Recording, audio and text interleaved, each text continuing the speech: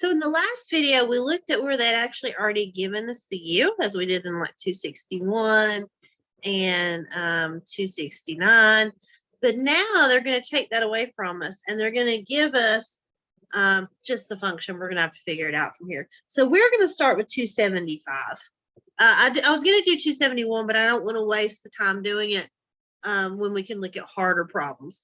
So on 271, I would make my u 1 minus x, and I would go from there. 275, and the reason I want to do it, I think sometimes the trigonometric ones are a little harder, so that's what I'm going to do. So we've got the integral from cosine cubed of theta sine theta d theta. Now, I do want to mention with this one, you can actually work it with your u being two different things, I believe. But I'm going to show you the way that I did it. So 275. I'm going to do something a little bit different than your book, and I'm going to let integral of cosine cubed of theta sine theta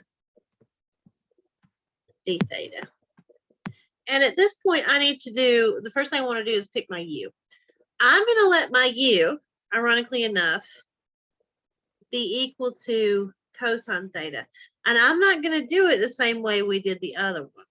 So I'm going to let u be equal to cosine theta. So remember, once you find your u, the next thing we want to do is let's go ahead and take the integral, or excuse me, the derivative of u, find our du d theta in this case, and then solve for d theta so I can set up my thing. So if I take the derivative of u, I'm going to have du d theta equals negative sine theta. And then, of course, I want to solve this for d theta because I need a replacement for that. So if I solve this thing for d theta, I multiply both sides by d theta and then divide by negative sine theta. So really, I get the statement negative du over sine theta is equal to d theta. Now, one of the reasons that I pick u to be cosine is because do you see how you've got this sine theta here? I wanted that sine theta to cancel out. So I want to be able to focus on just the cosine cubed. Or in this case, it's going to end up being the u cubed. So I wanted the sine theta to cancel out. That's why I picked u to be cosine theta, because I knew when you took the derivative of it, you're going to get sine. Guys, some of this stuff, it's almost kind of like you've got to look into the future a little bit. It's kind of like playing chess, how you have to think a couple of moves ahead. That's what we're doing here. So I want to figure out, because I know if I leave a cosine cubed and a sine theta and I don't get rid of one or the other, I'm not going to be able to integrate because we don't know how to integrate across multiplication or product rules. So let me rewrite this now. So we're going to have, now you see this negative here? I'm actually going to pull the negative out front. That way I don't have to try to integrate around it. So I'm going to have negative cosine cubed is now going to be u cubed.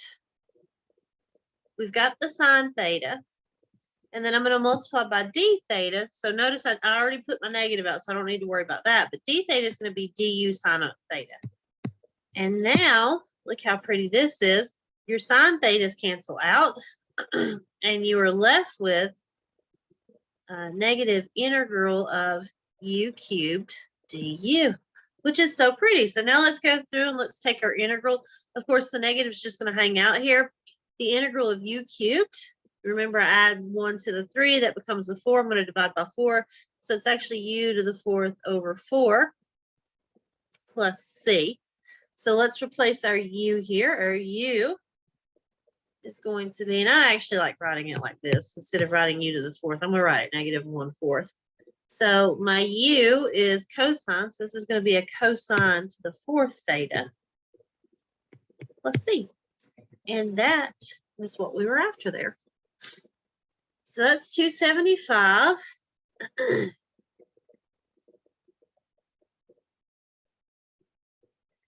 I'm going to look at 279.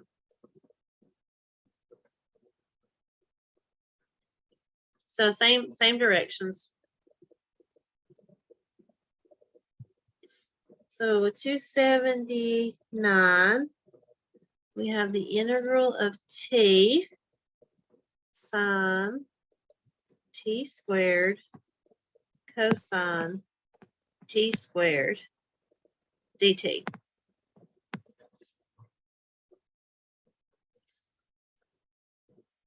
This one's a little tricky, just because it actually turns out you can let your u be either sine t squared or cosine t squared, because when you take the derivative of it, you are going to get a 2t come out of it through the chain rule, and that 2t is going to cancel out with that t out front. So me and my husband both worked this one. We worked it two different ways. We got two completely different answers, but if you go back and take the derivative of those two completely different answers, you get what you started with.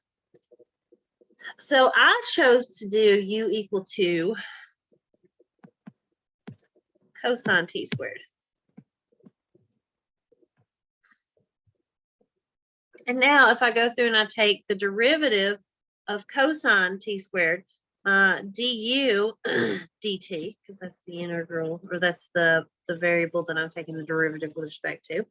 So du dt, so the derivative of cosine is going to be negative sine t squared, so that doesn't change, but then you have to use the chain rule, so the derivative of t squared is now 2t. Which is good for me, because that is going to make that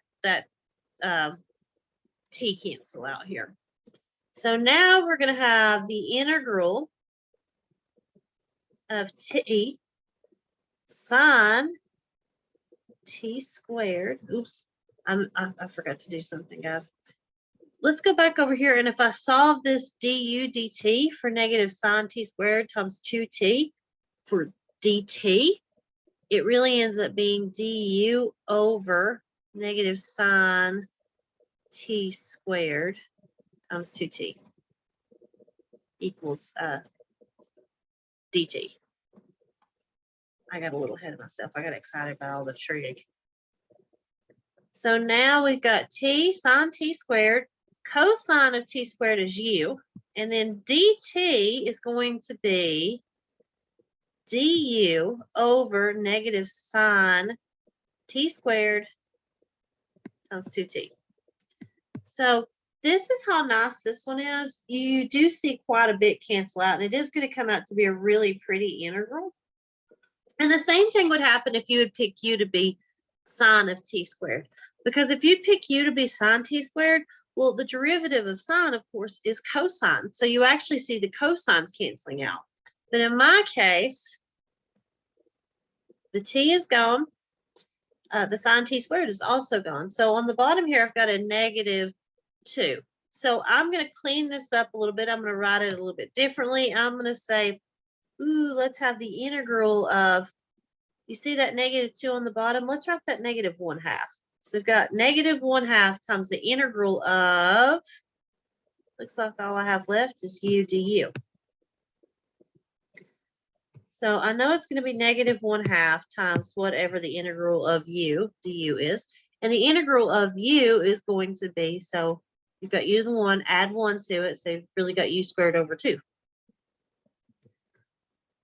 And then plus c times the negative 1/2. Now, guys, if you'll notice here, I'm only going to apply the negative 1/2 to the u squared over 2. Technically, I'm applying it to the c, but remember, c represents a constant. We don't care what the constant is, and I don't care that the constant is multiplied by negative 1/2. It's still just a constant. It's just some number that we don't know. So I'm just going to multiply the negative 1/2 by the u squared over 2. I'm going to replace u while I'm at it to be cosine, now I got to square it, of t squared over 2 plus c. And then if I go through and clean that up, I'm actually going to have negative 1/4 cosine squared of t squared plus c. And there we go.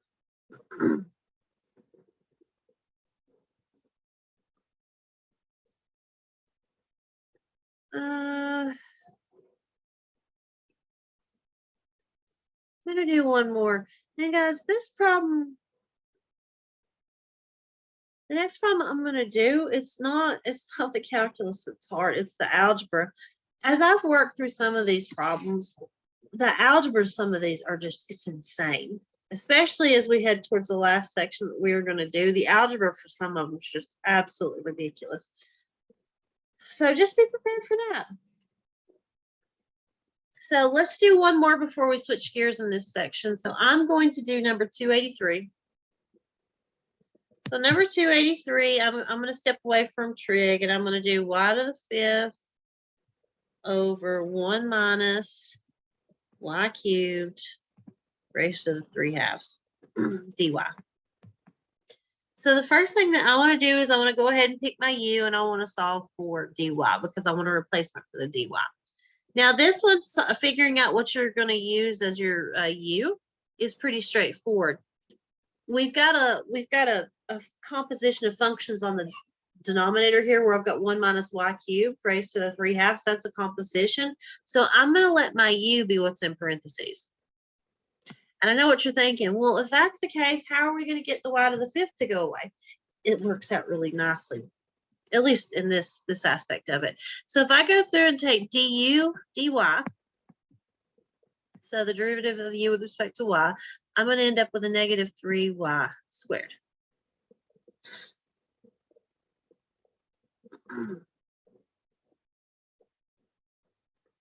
Okay.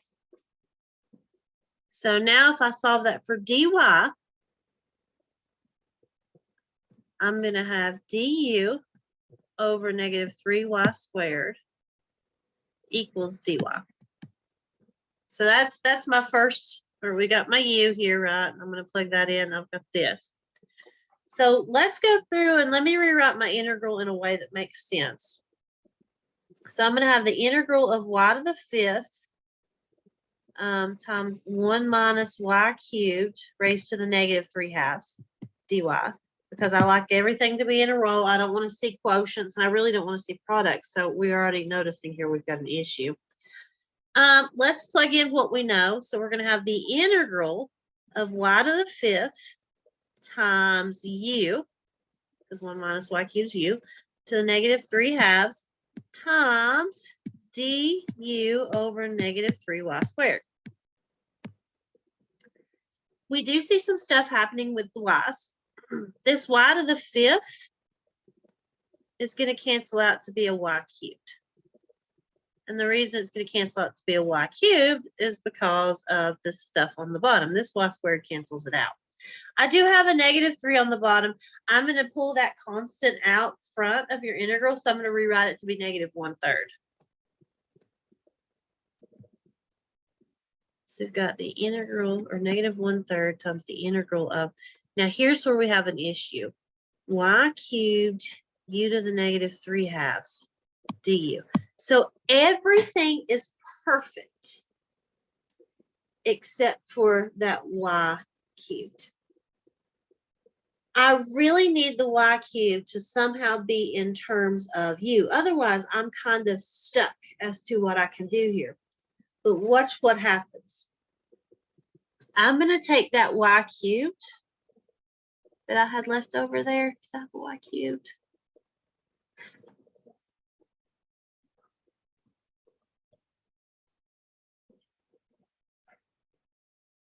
Yeah.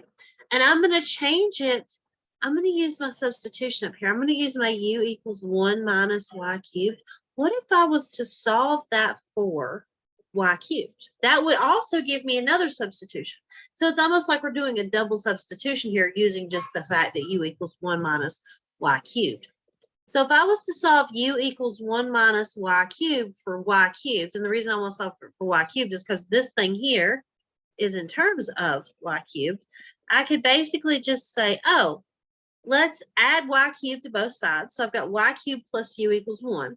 Let's subtract u. So now I've got the statement that, this over here, couldn't I use the statement that y cubed cubed equals 1 minus u? And so that's what I'm going to do. I'm going to replace y cubed with 1 minus u. So now we have the integral that says we've got negative 1/3 times the integral of y cubed is negative There's now 1 minus u times u to the negative 3/2 du. But it still looks like we have a product rule, right? But because these things are in terms of the same base, I can clean this up. So I'm going to have negative 1/3 times the integral of, if I distribute out my u to the negative 3/2, I'm going to have the statement u to the negative 3/2 minus u. Now you've got u to the 1, so 1 plus negative 3/2 is going to give me a negative 1/2. And then we've still got our du. That, even though it's not super pretty, is integrable. So if I integrate this, I'm going to have negative 1/3 times, if I add 1 to negative 3/2, that's going to take me down to negative 1/2, and then I have to divide by negative 1/2. So you should have the statement u to the negative 1/2 divided by negative 1/2. And then we've got our minus because there was a minus sign in there. If I add 1 to negative 1/2, I'm going to have u to the 1/2 divided by positive 1/2. And then we've got our plus c. Notice, guys, it doesn't matter if you put the plus c in the context of the negative 1/3. It's still just a constant. We don't care what it is. Let me clean this up. So u to the negative 1/2 divided by negative 1/2 is actually going to be negative 1/3 times, this is going to be negative 2u to the negative 1/2. And then minus, if I divide by negative 1/2, that's the same thing as multiplying by 2. So we got 2u to the 1/2 plus c. So if I distribute out my negative 1/3, and I'm going to go ahead and replace my u's now. So you're going to see me do quite a bit all at once. I'm going to have negative 2 over, we've got our 3 on the bottom. Oh, no, it's not negative, is it now? Because it's a negative times a negative, which is a positive. So we've got positive 2/3 now. You've got u to the negative 1/2. That u to the negative 1/2 is going to flip down on the bottom. The 1/2 is the square root. So this is going to be 3 times the square root of, in our case, u is 1 minus y cubed. And then we've got negative times the negative is a positive. So we've got plus, we've got, this is going to be a 2 on top, 3 on the bottom, and then u to the 1/2 because it's a positive exponent on top. And then I'm going to replace that with y minus y cubed, or 1 minus y cubed.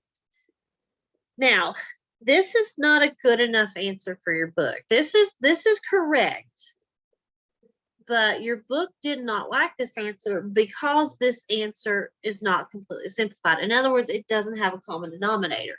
So at this point, your calculus step is done. We've done all the calculus that we need. From here on out, it's just me using algebra to try to get a common denominator to add these two terms together. So I'm going to have to erase basically everything that we have. I might just clear the screen and pull this back up. So I'm going to show you how to fix that. So I'm going to clear the screen here. We are still on 283. So we were cleaning up 2 over 3 on the square root of 1 minus y cubed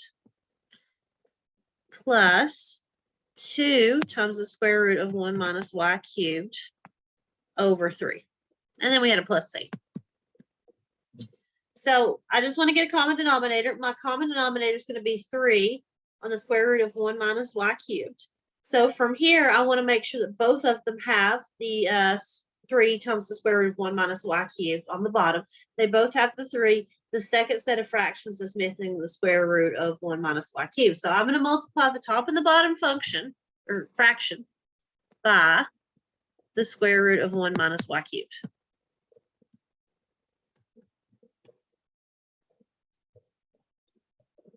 Okay, so what does that do for me? Well, we now have the same denominator on top and bottom. So I'm going to put it all over the one denominator of 3 on the square root of 1 minus y cubed. Notice the plus c is just a number. It just hangs out. Woohoo, who cares? Just don't forget to plus, or plug in plus c since it's indefinite. Otherwise, Newton also is going to yell at you. So now we've got the statement 2 plus 2 Now, when you take the square root of 1 minus y cubed times the square root of 1 minus y cubed, you are going to get just what's in the radicand, which is 1 minus y cubed. And then from here, I'm going to go through and I'm going to multiply this out.